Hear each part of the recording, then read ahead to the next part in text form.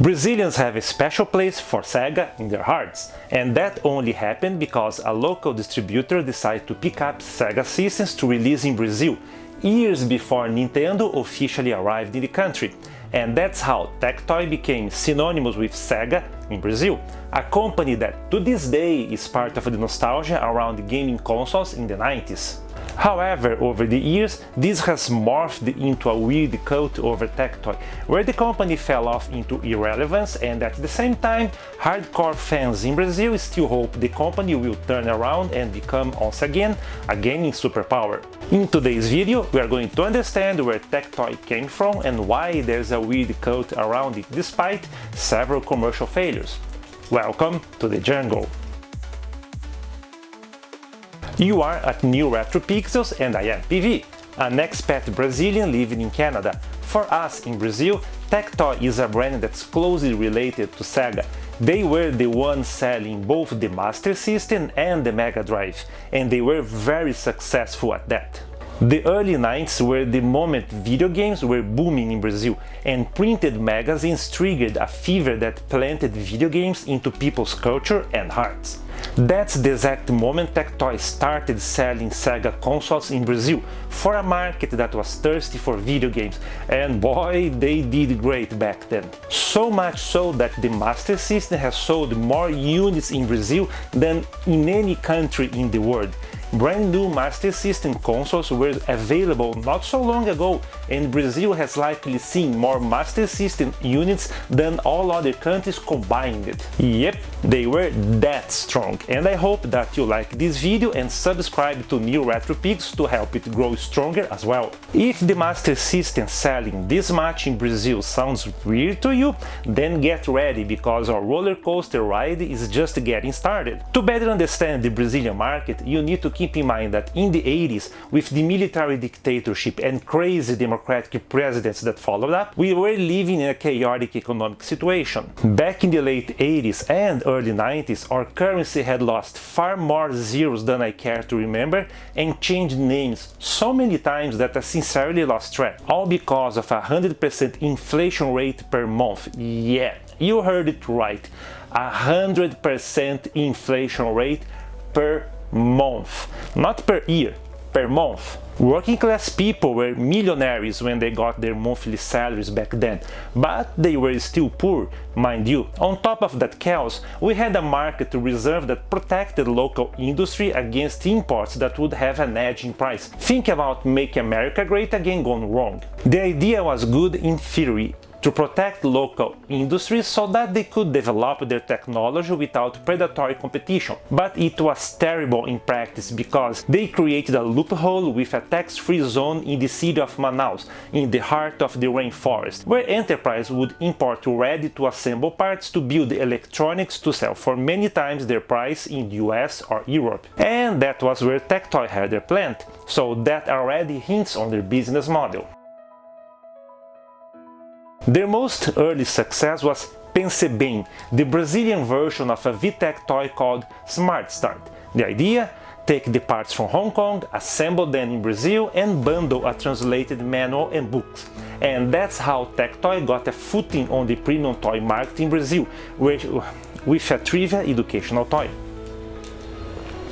And the fact that sticks out is that Tectoy was selling itself as the developer of cutting-edge toys for kids. Next, they would sell the Zillion laser tag game, and this one you may have seen if you were a kid in the 80s. It was a Sega toy that had an anime, which people would simply call Japanese cartoons back then. Try to picture kids watching TV and seeing characters fighting with the laser pistols they could play in real life. Except those were bloody expensive, and I feel sorry for the parents who had to buy those as Christmas gifts. Again, they were very successful, so much so that the Zillion toys sold more in Brazil than it did in Japan. And then you may ask, what's wrong with their business model? I mean, several companies in North America and Europe do similar things up to this day. Because of the way things worked in Brazil, with 100% inflation per month, those toys were overpriced so that Tectoy wouldn't be at a loss. Now try to picture a very weak currency buying localized import toys at a premium price that was several times their price abroad. How bad was it? Have a seat and grab a cup of water. The Sega Genesis, released in Brazil with the original Megadrive name, sold for over $600 US. If you think that this is outrageous, that's because I didn't mention the minimum wage in Brazil back then. Here in Canada, my kids work part-time jobs that pay minimum wage, and they could buy a PS5 or Steam Deck if they want to, on minimum wage, mind that. In Brazil back then, the minimum wage wasn't even $50 US per month. Look, if you were to buy a Sega Genesis and you made minimum wage, it would take you 1 full year to buy it if you were not going to spend on anything else during that time. Of course, there were people making more money in Brazil, both in the private and public sectors, but those were a minority, hence the very high price, as few people would be able to afford it anyway. So that was the Tectoy back in the late 80s. The Zillion toy paved the way for a very long-term relationship with Sega.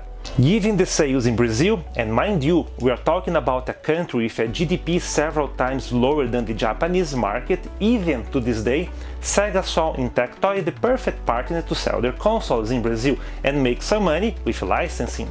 And that was the perfect partnership at the perfect moment. When the Megadrive was released in Brazil in December 1990, the Genesis had already started to turn tables in the US and European markets. To make things easier for Sega, the Brazilian game console market was still uncharted territory. It was an all-you-can-eat buffet for those with the financial means. Here I have to make a brief explanation. If you know a bit of the Brazilian video games history, you may find this a bit strange. And that's because the Atari VCS was released in 1983 and was successful. But keep in mind that in 1983 it was already a dead system in the US, and there was no excitement around new release because everything was there from day one. Like getting one of those emulator consoles from AliExpress with 15,000 consoles and arcade games. On top of that, the companies driving the Atari VCS market were not so keen on pushing the console market because they knew about the crash in the North American market. In short, they expected video games to be a passing trend they could cash on for a while. But with Sega consoles and NES clones, you heard it right, unofficial clones, new games were coming out every week. There was genuine excitement about what was coming up next, which we didn't have with the Atari VCS. That's the Tectoy people in Brazil are fond of. What puzzles the hardcore Tectoy fan is why they can't find success again and they survive from botched release to another, like the 2017 Megadrive and the upcoming Zeenix Portable. Of course, Tectoy's fall didn't happen overnight, and Tectoy's golden age went as far as the Saturn days. Despite poor sales in the US and Europe, the Saturn thrived in Brazil, even though it couldn't ultimately beat the Sony PlayStation. Tectoy even released the Dreamcast after a severe restructure and protection for bankruptcy, but with Sony leading the worldwide console market, the Sega deal wasn't as lucrative as before. And here comes the weird part. Even though they were not making money as before, selling the Megadrive and Master System consoles was still the most profitable business they had, a situation that went on over the 2010s. Now, try to picture people in the US, way past the PS3 release date, contemplating buying a Master System or a Sega Genesis because they were affordable. That partnership is what turned Tectoy into a nostalgia darling for many gamers, and those fans now complain that they miss Tectoy's golden age, blaming their current situation on licensing products instead of spearheading innovation. If you paid attention, this is something they never did. Everything was being imported to be assembled in Brazil, just as all consoles were designed by Sega. They managed to develop a few games, and they localized some games such as Fantasy Star, something Nintendo to this day in Brazil. But overall, they were taking white label products and adding their brand to them, nothing really special, which makes the cult around Tectoy in Brazil a mystery to many people, including me. And that's even before discussing their pricing. Brazil is neighbor to Paraguay, a country with no import taxes where people went to buy goods before imports were more commonplace in Brazil. Anyone could buy a Japanese Megadrive for $200 US, 3 times less than the sale price in Brazil. Not many knew about that, but that's the way many NES clones and Japanese Megadrive units came into the Brazilian market. Tectoy's strength was brick-and-mortar stores selling video games in installments, 12 to 36 installments, which made it easier to purchase them. That helped them a lot to get their place in people's memory. That and the fact that NES clones were made by over 6 different manufacturers, so none of them would come on top of anyone's mind. As soon as imports became more commonplace, this strategy of selling overpriced imported goods to oblivious customers stopped working, and by that time even Nintendo was officially in the Brazilian market, which didn't help Tectoy. As a result, several crises and restructure plans took place. Tectoy's opus for hardcore fans is also their biggest flop. Introduced in 2009 as an affordable console for emerging markets, the Zeebo was marketed in Brazil as a price-conscious alternative to the PS3 and Xbox 360. Time for a break. If you have never ever heard about the Zeebo console, that's okay. It was such a big failure that not many people are aware of it, and for good reasons. Based on a hardware developed by Qualcomm, the Zeebo used cell phone hardware for a gaming platform, years before Nintendo managed to do it with the Switch. Because it was based on a cell phone hardware, they could also connect to data networks and games could be purchased over there, preceded the all-digital Xbox for over a decade. A group of 12 companies led by Qualcomm were part of the Zeebo consortium. One of those companies was Tectoy, which oversaw the release of Zeebo in Brazil. While people in Brazil mistakenly associate Zeebo as a console developed by Tectoy, the truth is that Qualcomm invested $100 million to develop the platform, and Tectoy would assemble it in the tax-free zone in Manaus. Nowadays, Qualcomm makes the well-known Snapdragon chips for flagship cell phones, and it may seem strange that they would go in this direction back in 2009, but in reality, Qualcomm had a business selling cell phones before the iPhone and Android were released. With a cell phone manufacturing plant in the emergency room and a chipset that could run games, it was a reasonable idea to try out this market. But Qualcomm's Zeebo chipset was an underperformer, and games would be somewhere between the PS1 and PS2. So who would buy a console that wouldn't beat a PS2, a 9-year-old console by then, when the market was already offering the PS3 and Xbox 360?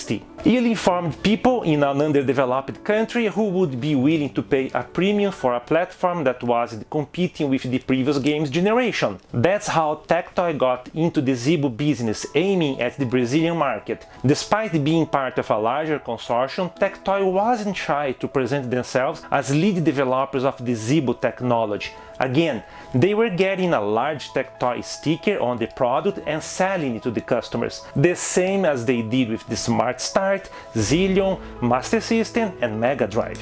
Reality wouldn't be kind to Tectoy once more. Unlike 1989, when they released the Master System, the Brazilian consumer in 2009 was better informed, and the PS3 and Xbox 360 were already selling well in the country. Not to mention that even being a 2009 console, the PS2 would still beat the crap out of Zeebo, and a lackluster games library didn't do the Zeebo any favor. And that's before getting into their marketing strategy. The Zeebo business plan was to sell consoles to people with low wages and little to no access to technology and the internet. But they used the PlayStation, and gosh, those were readily available in 2009, would do better and cost much less. consoles, and the PS2 wasn't much more expensive. This strategy backfired quite hard on them, as the average Brazilian customer wasn't going to pay a premium just to say they had a video game console. No, my friends, they want to have the best their money could buy, and that wasn't the Zeebo. As predicted by many back then, the Zeebo was a major flop. In interviews with the Época Negócios, a Brazilian business magazine, Tectoy admitted that the Zeebo had put the company in a different situation, as only 30,000 units were sold in 2 years the system was marked. That was about the PS2 weekly sales in Japan when it was leading the market. To add injury to offense, in the same interview, Tectoy mentioned that the combined sales of the Master System and Megadrive, systems released 20 years early, were 160,000 units per year. Let's just stop here. That also makes my brain melt. Two game systems that were old technology by then sold five times more per year than the Zeebo did in its entire lifetime in Brazil. That epic fail may explain why you have probably never heard about the Zeebo. Unless I talk about it once again, likely you won't hear anything about it again, and that's a good thing, by the way. Despite all that, some dedicated hardcore fans still praise Tectoy for the Zeebo, even talking some nonsense about it, such as the Zeebo's Double Dragon version being the best part of the arcade game, says people who never played the original Double Dragon game on an arcade machine. After that, Tectoy would only try to revive the glories of its past at each restructuring and new administration. The first one was the Megadrive 2017, which saw the original Megadrive being re-released into the market with a nice selection of games, and the ability to play cartridges. Think about a Sega Genesis Classic, but in the full form factor, and the ability to play game cartridges. That was one in the bag, right? You can't fail doing that. Wrong.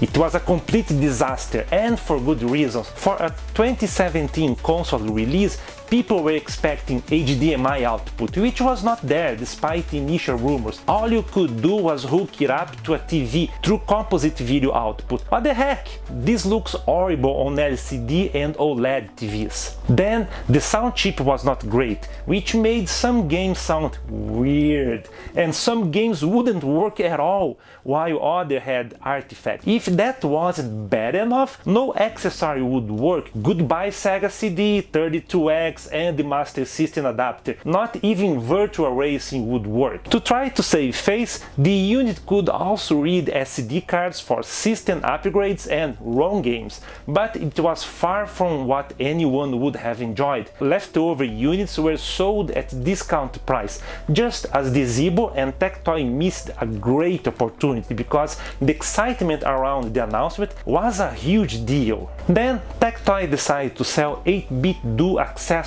in Brazil, but at a much higher price than buying them directly from the official AliExpress store with shipping. That made clear that Tectoy's stance was still to profit over imports, as many other entrepreneurs in Brazil, so much so that these entrepreneurs pushed legislation to make it difficult for people to purchase from abroad, like at AliExpress, only to make it easy for them to make a profit. And the most recent epic fail is the Zeenix console, which is still upcoming. Mind that. A Chinese portable PC manufactured by IYN, basically a rebranded Loki Mini and Loki Max consoles with the Tectoy logo and a different name. So far so good, except that not even the Loki Pro can compete with the Steam Deck, which is already an underpowered portable PC by today's standard. The price point to introduce the Loki Mini equivalent in Brazil is more expensive than what the Steam Deck sells in Brazil, so they expect people to pay more for less. They try to justify this madness with a crappy corporate talk around adapting the product to the Brazilian market, giving users support and warranty. But the Steam Deck sold in Brazil also has a warranty, and the system can be set to Portuguese, so what's the difference? The Tectoy brand on it? There's nothing good for the customer to buy any Zeenix model, but it's all good for Tectoy, as they sell a gaming system that's overpriced to minimize their risks while gladly taking money from customers who don't know better. There is no way to accept those conditions unless you are part of a cult that worships a manufacturer. On top of repeating the same old strategies from the 90s, there are fans that take Tectoy's side, despite how much this could potentially harm their wallets. Social media networks in Brazil have several examples of people going out of their way to praise and defend Tectoy, as if the company was untouchable above any questioning. What changed in the Brazilian market nowadays is that the consumer has many more options, despite the difficult market and tough business practice. No one has to accept to pay Tectoy's prices. The Xbox Series S that's officially sold in Brazil is much better priced. Even the Nintendo Switch gives the Zeenix a run for its money. Gone are the days when Tectoy had products that were desired by customers. Even the Dreamcast release was a flop with a high price point, but even so, there are hardcore Tectoy fans who are still delusional about a comeback, going as far as suggesting that Tectoy could license the Nintendo Switch and sell it in Brazil. Are they crazy?